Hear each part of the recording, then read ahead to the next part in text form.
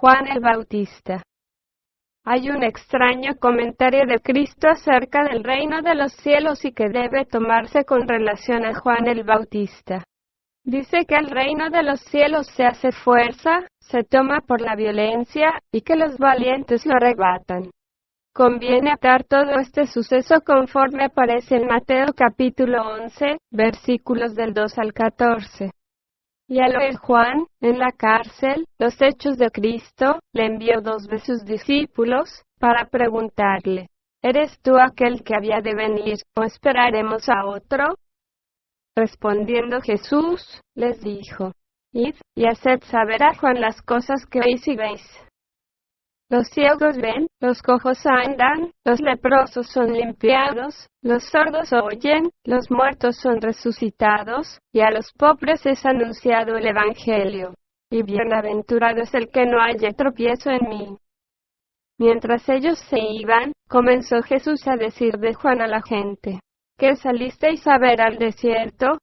¿Una caña sacudida por el viento? ¿O qué salisteis a ver? ¿A un hombre cubierto de vestiduras delicadas? He aquí, los que llevan vestiduras delicadas, en las casas de los reyes están. Pero, ¿qué salisteis a ver? ¿A un profeta? Sí, os digo, y más que profeta. Porque este es de quien está escrito: He aquí, yo envío mi mensajero delante de tu faz, el cual preparará tu camino delante de ti. De cierto os digo, entre los que nacen de mujer no se ha levantado otro mayor que Juan el Bautista, pero el más pequeño en el reino de los cielos, mayor es que él. Desde los días de Juan el Bautista hasta ahora, el reino de los cielos sufre violencia, y los violentos lo arrebatan. Porque todos los profetas y la ley profetizaron hasta Juan. Y si queréis recibirlo, él es aquel Elías que había de venir. Mateo capítulo 11, versículos del 2 al 14. Tomemos nota, ante todo, de que Cristo dice: desde los días de Juan el Bautista hasta ahora, al reino de los cielos se hace fuerza, y los valientes lo arrebatan. Las palabras hasta ahora solo pueden significar: hasta que yo, Cristo, vine. Pues se ve a las claras que el camino que seguía Juan el Bautista no era el que enseñaba Cristo. Esto va implícito en todo el episodio si empezamos a captar el sentido de frases como una caña que es mecida del viento, reyes, casas, vestidos delicados, etc. Sabemos que el Bautista no llevaba vestidos delicados, sino pelos de camello y una cinta de cuerda alrededor de sus lomos. Mateo capítulo 3, versículo 4.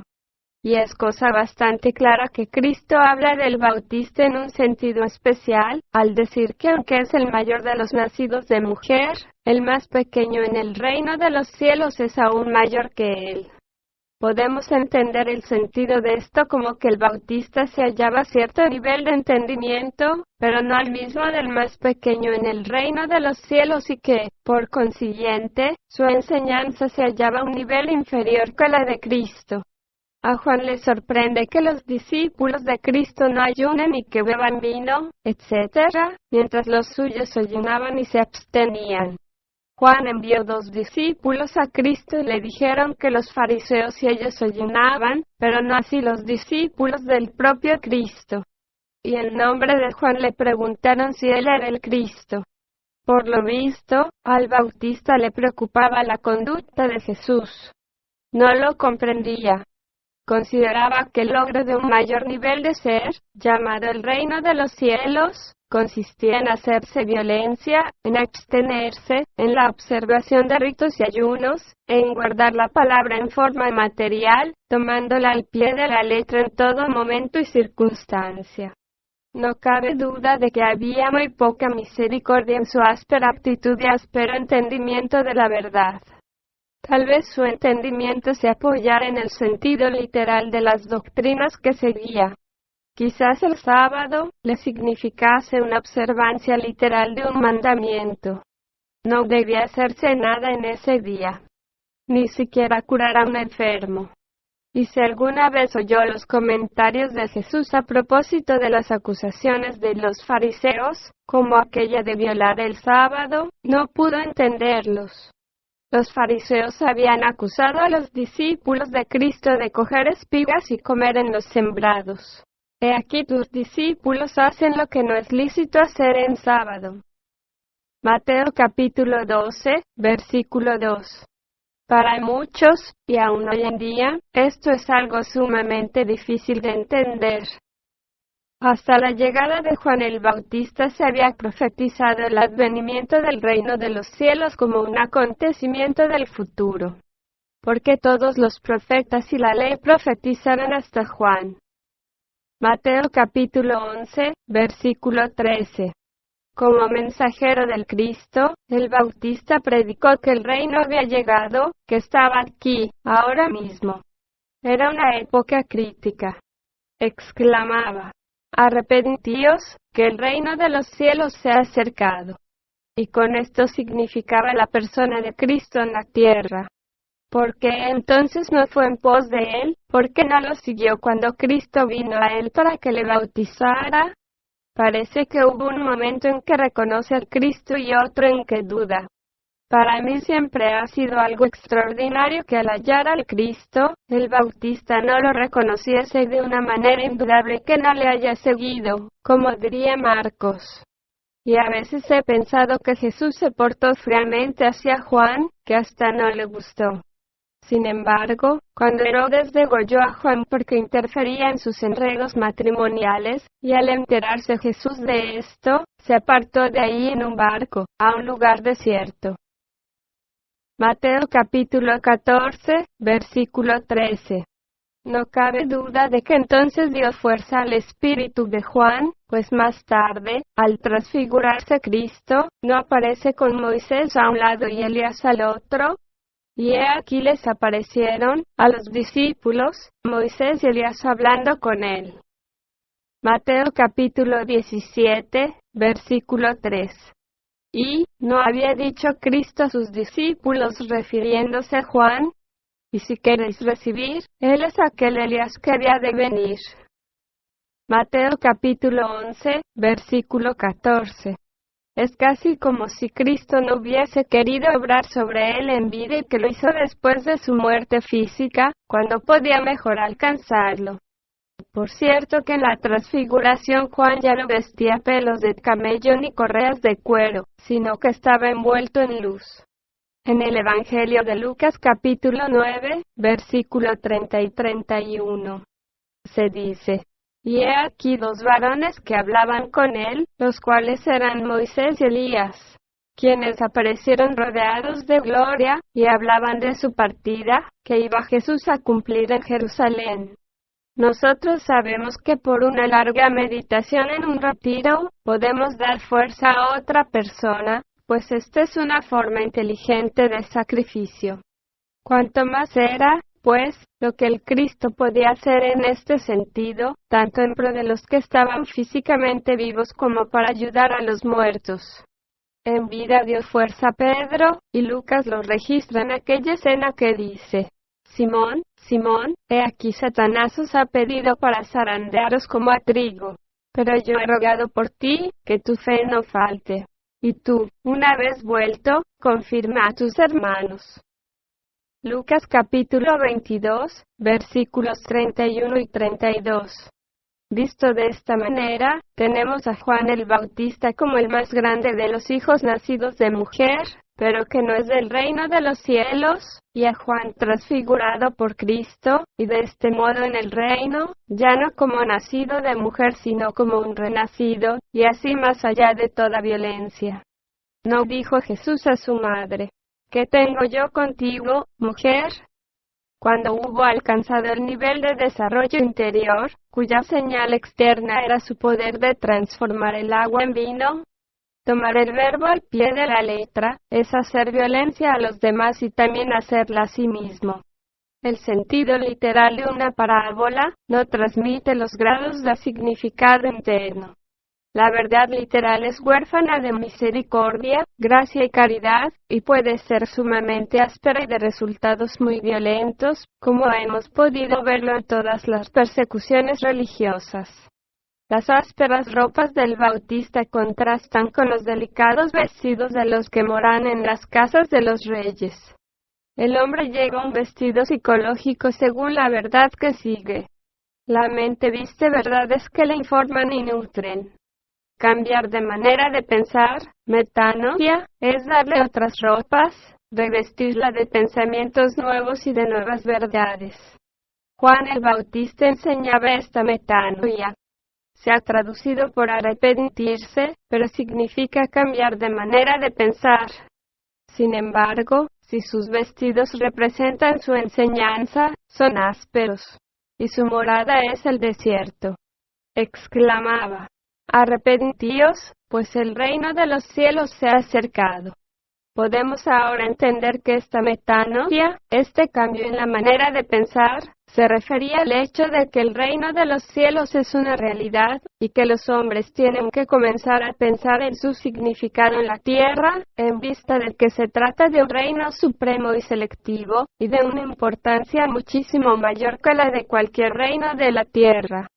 Juan no estaba enterado de la enseñanza de Cristo, pero fue el primero en anunciar que el reino de los cielos no estaba en el futuro, sino aquí y ahora. Hay, pues, tres enseñanzas acerca del reino. Los profetas anunciaron que el reino había de llegar en el futuro, que el reino llegaría en el porvenir. Juan el Bautista anuncia que se ha acercado, y por esto era más que profeta. También os digo, dice Jesús, y más que profeta. Y más adelante anuncia que el reino de los cielos está en vosotros. No yace en el futuro, en algún lugar. Y esto es tal vez lo que el Bautista no comprendiera. Pues la verdad externa literal no comprende la interna, psicológica, espiritual. El cielo no es un lugar que está arriba, ni el infierno es un lugar que esté abajo en el espacio. Cielo e infierno residen en el hombre. De modo que advertimos tres conceptos. Primero, que el reino radica en un tiempo futuro. Segundo, que se halla presente en el tiempo y en el espacio. Y, por fin, que esté en el hombre mismo, aparte del tiempo y del espacio exteriores. Al pensar en quienes para mí son las dos figuras más enigmáticas de los evangelios, Juan el Bautista y Judas Iscariote, he tratado de imaginar, a menudo, lo que el Bautista hubiera pensado de las muchas parábolas con que Cristo ilustraba la naturaleza de los cielos y que, por lo general, comienzan: el reino de los cielos es semejante a... No me cabe duda de que con sus conceptos ásperos y literales de la verdad, el Bautista pensaba que el reino de los cielos fuese un lugar que uno había de tomar por la fuerza, mediante algún tremendo esfuerzo sobre la carne y por medio de toda suerte de negaciones y privaciones. Pero Cristo dice que ese no es el camino. La aspereza no sirve.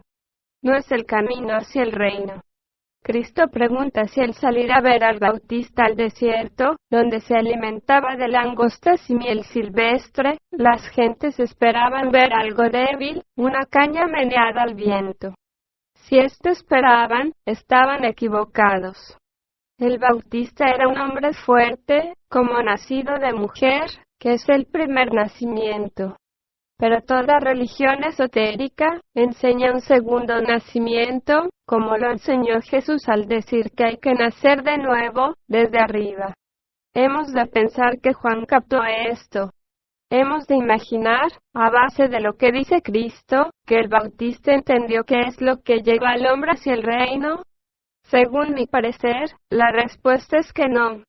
Pensó que tal cual era, un hombre natural, nacido de mujer, podía tomar el reino haciendo violencia a sus apetitos.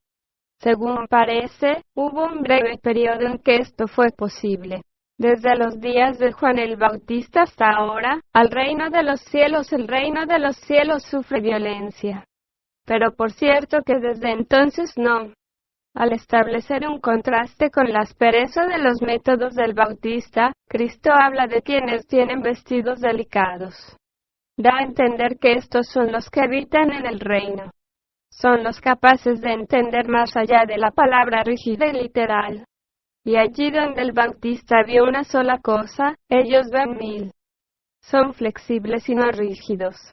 Su comprensión no es el guardar la ley al pie de la letra. Los reinos tienen misericordia, caridad y, sobre todo, un pensamiento relativo. En resumen, su grado de comprensión es mucho más amplio, más inteligente y gracioso, en el que la estrechez y dureza de la verdad no está por encima, ni viene antes que la preciosa amplitud de la bondad, y de este modo nadie puede dejar de ser bondadoso en nombre de la verdad y nadie puede odiar ni destruir a su prójimo en nombre de la verdad literal.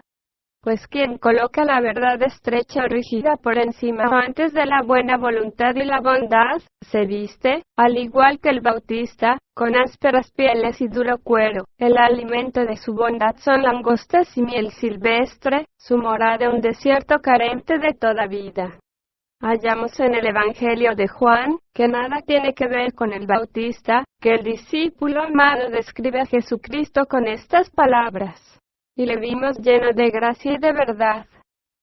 La gracia es primero, luego, la verdad de la gracia. Por consiguiente podemos preguntar, si está en nosotros mismos, ¿es el reino de los cielos un estado consciente de comprensión que a veces se abre y a veces se cierra? Puede uno fácilmente decir, si es así, se puede penetrarle solo en distintas épocas del desarrollo histórico. Yo añadiría, es esta la buena noticia saber que, ahora un hombre, una mujer, puede entrar porque, en el fluir de las cosas, las puertas resultan ser abiertas. Recordemos al invitado que fue a las bodas sin el vestido adecuado.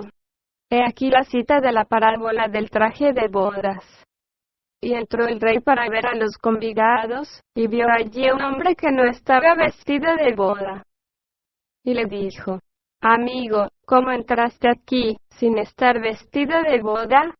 Mas él enmudeció. Entonces el rey dijo a los que servían, atadle de pies y manos, y echadle en las tinieblas de afuera. Allí será el lloro y el crujir de dientes. Porque muchos son llamados, y pocos escogidos. Mateo capítulo 22, versículos 11 al 14. Podemos ver que este hombre no llevaba el vestido delicado de que habla Jesús. La mera verdad y misericordia no es el vestido de bodas. Este es un pensamiento que libera y alivia a muchos que se han educado conforme a una interpretación de Cristo apoyada solamente en la verdad literal, sin ninguna misericordia interior, sin la menor buena voluntad, y sin el menor rastro de una comprensión psicológica. Cosa muy extraordinaria es ver cómo, todavía, se esgrime el sentido literal de la palabra sin la menor noción de que no basta y no es la verdadera comprensión. Un hombre así, con semejante interpretación de Cristo, causa infinita perplejidad y dolor a los demás. No tiene un traje de bodas, y solamente le espera ser arrojado fuera del reino.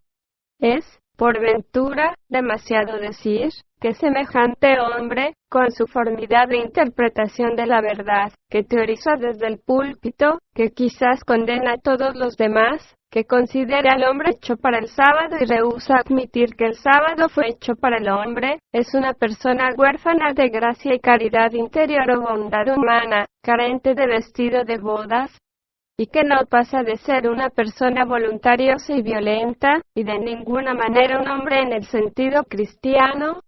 Es lo mismo que si la gente imaginara que, yendo regularmente a la iglesia durante toda la vida, se está ya en el reino de Dios. ¿No es evidente que esto no puede ser, y que la metanoia y el renacimiento son el significado esencial de lo que enseñó Cristo y que, en realidad y en este sentido, nadie es cristiano? Lo peor, aún, es que muchos creen serlo. El único cristiano fue Cristo. ¿Por qué? porque unió perfectamente en sí el aspecto maternal humano y el divino e hizo posible que la conexión entre el cielo y la tierra se actualizara una vez más en un periodo de la historia humana, en que todo contacto real se estaba perdiendo y el hombre quedaba segregado de todos los valores superiores y de una dirección más elevada.